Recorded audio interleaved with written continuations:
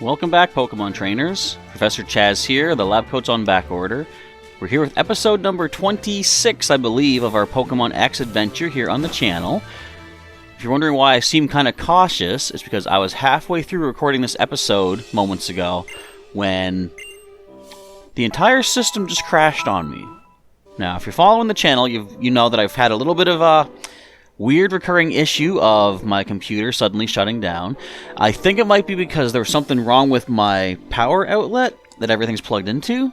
So I've reconfigured the plugs and stuff. Hopefully things are going to go smoothly for the rest of this recording session. But that remains to be seen. Anyway, welcome back indeed. We're still here in the Kalos region. In the last episode, if you missed it, we did just pick up a new recruit on our team, and I came back here to the healing lady, basically. I want to make sure my team is in pristine condition with our new addition. Cool rhyme. To showcase the team as is. So let's take a look at who we are working with in our Kalosian team. Leading the way is Blitz, our Pikachu at level 22 with the static ability, causing some paralysis on contact perhaps.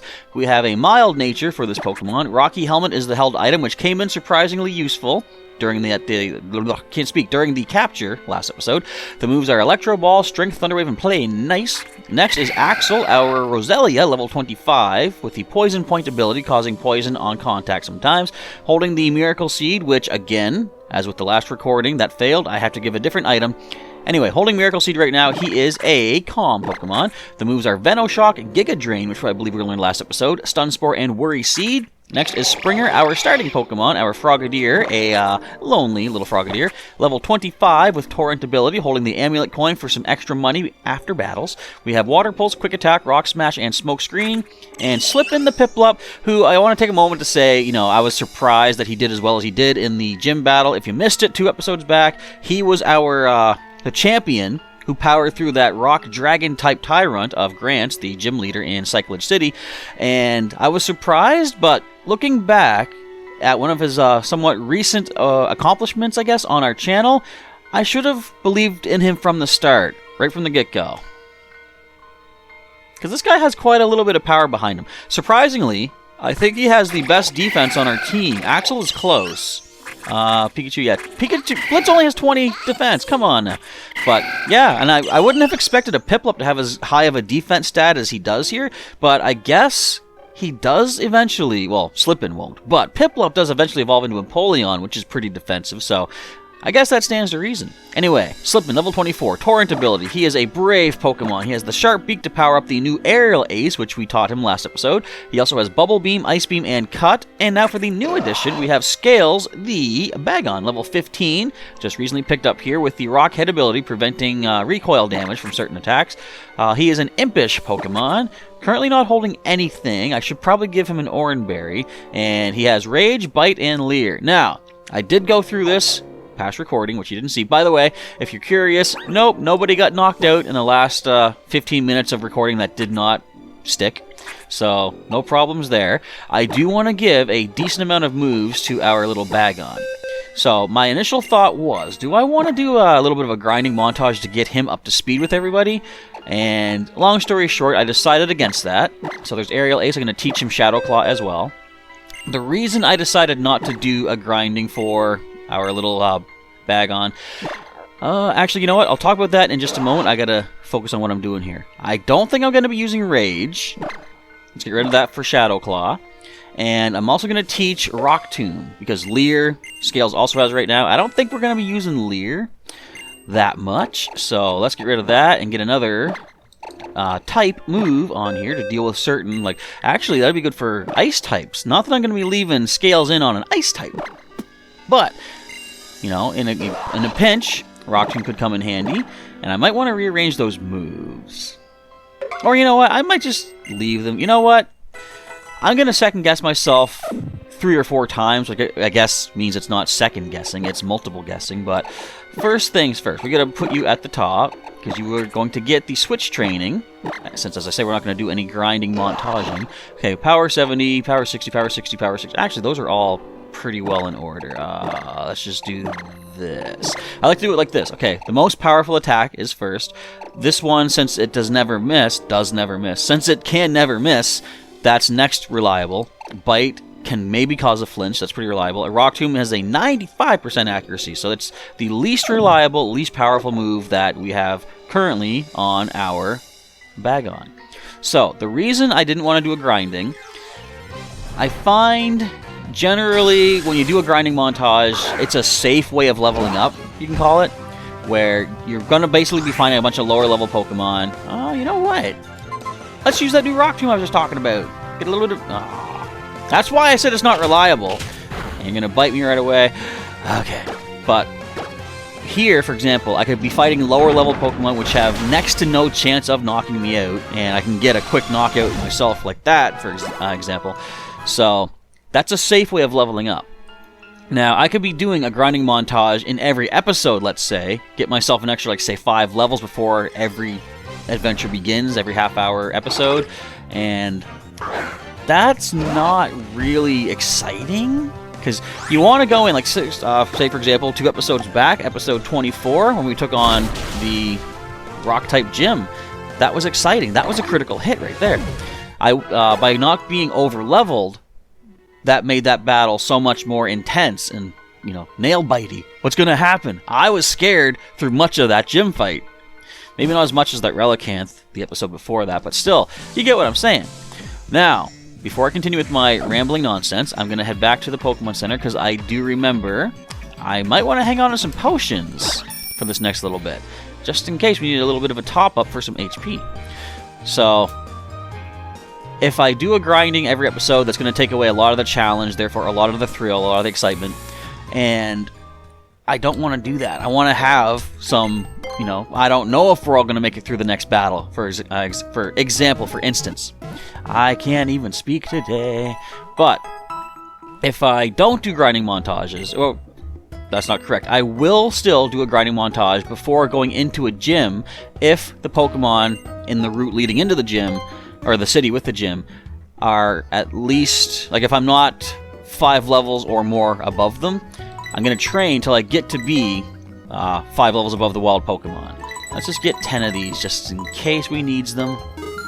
How many super potions we got right now?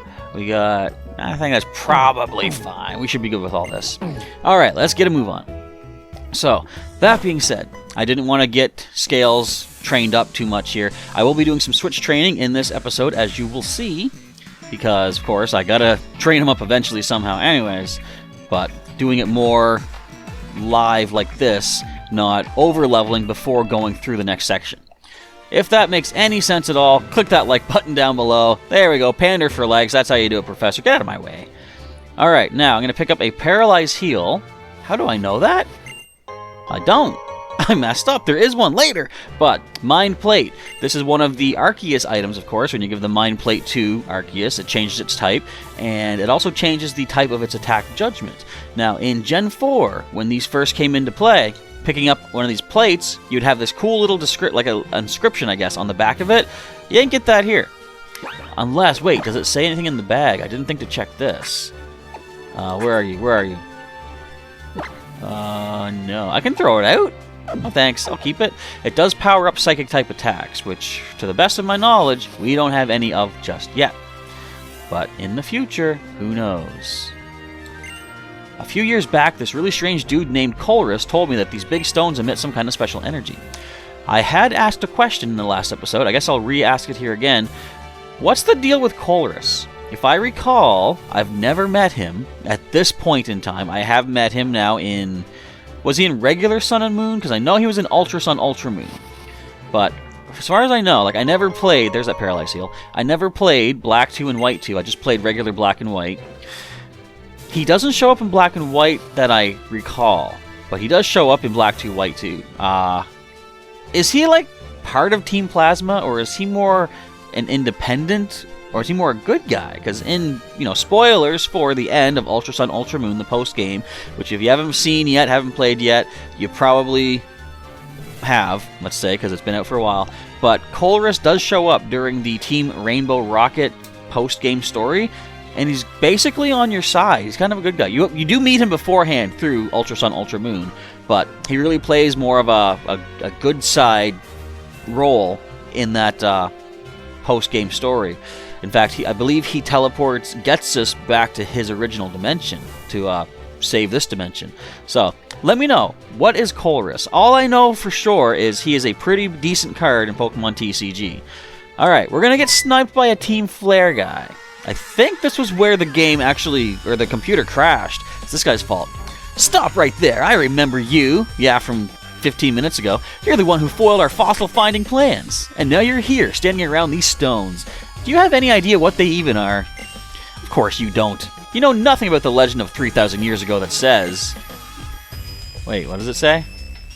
Ah, whatever. Who cares about all of that? It's time for me to get some sweet revenge with style. Alright, well, you kinda did last time. What was cool about this fight, I don't know if I'm gonna risk it a second time, but our little Bagon did pretty well against this first Pokemon at least. I'm gonna try it again. Let's give this a shot. You know what, Scales? You've already gained some experience. You're probably good to go. Let's Rock Tomb this Houndour. If I recall, we didn't miss any of these last time. And it's a critical one-hit KO. Not bad at all. I will take that. And in comes a Golbat next. Now this thing, I forget, what was I doing to be sure? I do know it's going to have Astonish, Bite, I believe, Wing Attack, and it's level 23. So, all these hands gestures aside, I think we should be careful and switch out.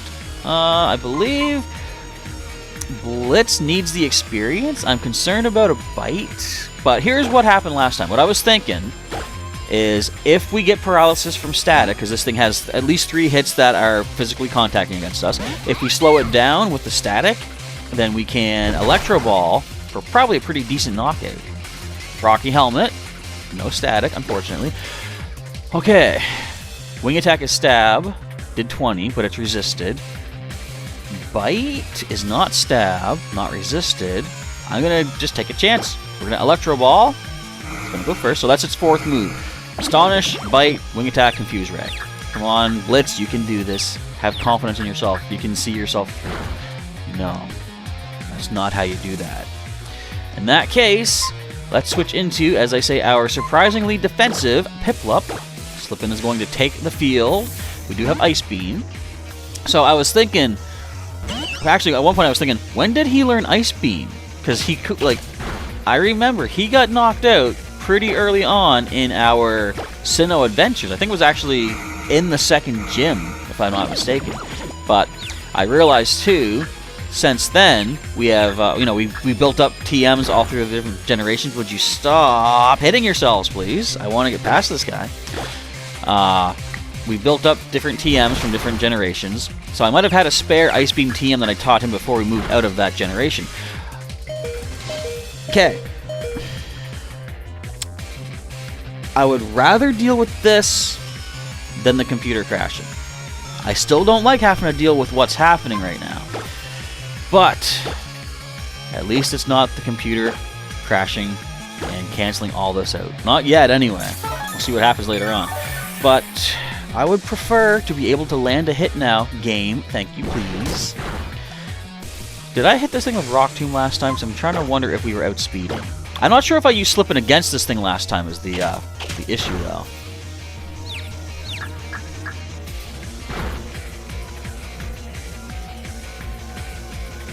Oh, Arceus, give me strength to get through this. Not that I'm afraid I'm going to lose, but I'm going to lose it. If I don't get to land a hit, 3 turns in a row of hitting myself in confusion.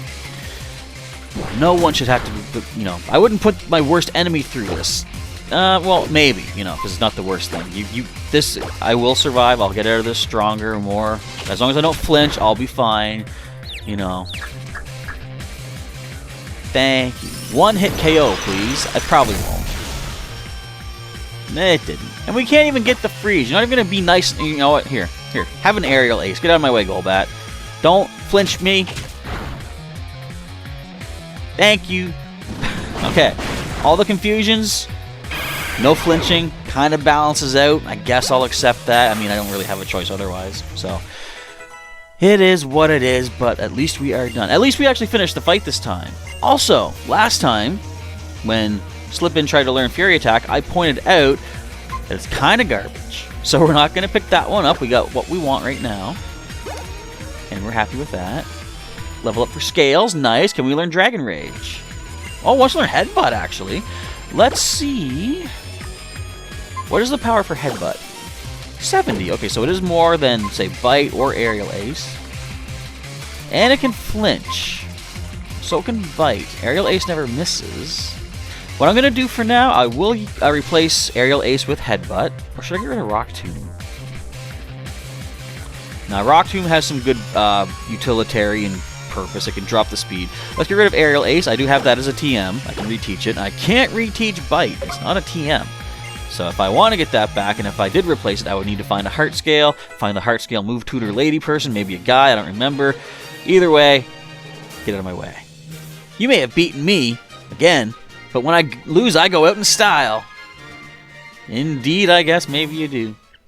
I did also, off-screen, calm down there, Slippin'. No, you're good. You're a Piplup. I went back to Lumio City just to check on the apparel shop to see is there anything like a better shirt or jacket I can wear, and I'm not even stylish enough to go in there apparently. Okay then. What the? How could I lose again to a little punk like you? What are you, some kind of trainer prodigy or something? Did I say prodigy? Prodigy. I can't even say the word. Wait. Holoclip. I guess that's him, okay. I see. Roger that. Roger, roger. Gotta love the Holocaster. I can get updates on my mission in real time with this stylish device. You can do that with a cell phone, too. Whoever thought this thing up must have been one truly stylish individual, too. And on that note, it's time for me to scram. With style. Okay, let's watch this stylish exit. It's called walking. I'm pretty sure most people can do that. Anyways, okay, let's get ourselves some healings. Potions definitely all around. Get 2 for you. And I think we'll go 2 for you. That was a more annoying fight than it was the first. No, actually, no. That fight was not more annoying because we actually completed it. Alright, now there is a hidden item over here. What's it gonna be? It's gonna be a Pokemon. This is a Gen 5 Pokemon. I almost thought this was Gen 6, but this is a flying and psychic type. Scales, can you do something to this? I don't know. Well, we do have Shadow Claw. I feel like I shouldn't risk this. Something tells me I should go into Blitz to go for the Electro Ball. So, show of hands in the comments, who out there thought, as I did, when they first revealed the look of the species, that it was some sort of connection to unknown. Ooh, that hurts. Let's switch again. In fact, let's go to our defensive Pokemon. Slip in. Come on in, buddy. You got this. But doesn't it look like it's somehow an unknown, like an evolution, or maybe a... What if it was so wild that something like Sigilyph or Sigilyph, whatever you pronounce it, if that was actually a regional variant of unknown, like such a wildly, vastly different design. Yes, we got the freeze. Good, because that could have actually get us down with a critical hit. So I'm glad to see that freeze come through. Whew. Wait, how did you go first that time? Is this a speed tie? Could that have been devastating for my little Piplup? Possibly, but fortunately it was not. But definitely looks like it should have been some sort of unknown relation. Okay, no, Blitz was trying to learn this last time. We have Nuzzle. Nuzzle is an interesting attack. It is very low power, only 20. It is electric type, but it has a 100% chance to cause paralysis. So, in that sense, it's almost like I could replace Thunder Wave with Nuzzle. Why would I want to keep Thunder Wave over Nuzzle, I wonder? PP is the same, because both attacks will paralyze no matter what, but I could be doing damage with Nuzzle. I seem to think there was a reason I wouldn't want to get Nuzzle, though. One reason could be, okay, if the opponent has, like, rough skin, I could take recoil damage by using Nuzzle. I'm gonna trust my instinct. I'm gonna keep Thunder Wave. If I'm making a mistake, let me know in the comments, and call me out on it, but I'll make my decision and I'll stick by it. And let's hope that's the right thing to do. So we found a Burn Heal. All that effort for a Burn Heal, really. Do we need to heal, speaking of which? Oh, yeah, we should probably do a couple more potions. I got soda pops, actually. Let's use a soda pop for Blitz. And I think we'll use a regular potion for Slippin'. Wrong one. There we go. Alright, we are good. Are we at Geosenge Town yet? We are just on the outskirts of it, I believe. There's still a couple more trainers for us to encounter. Is there an item down to the bottom left? I feel like there is, and they want me to traipse through the grass to find it. I don't think there is on second thought. I don't see nothing. We have little Emolga, the Gen 5 Pikachu of sorts. I believe, was it... I'm actually going to try to take this one out with Scales. Oh, there's that Nuzzle, actually. No damage, hardly, but we do get paralyzed. I believe Gen 2... Okay, I'm trying to think. Every generation, just about, has seemed to have their own Pikachu-type variant. And... Gen 4 had Pachirisu. Oh, okay, we're doing some more fun, are we? Every single turn I get paralyzed. Thank you. Pursuit? Really? Alright, but I think it was Gen 6, actually. Did we get a Pikachu? Yeah, Dedenne. So Gen 1, of course, Pikachu was the one. Gen 2, Pichu was the new Pikachu kind of thing. And people have said, too, every Pikachu variant kind of has something to do with the new gimmick of that region. I'm gonna have to heal. So Gen 2 was all about, not all about, but Gen 2 introduced breeding. So that was...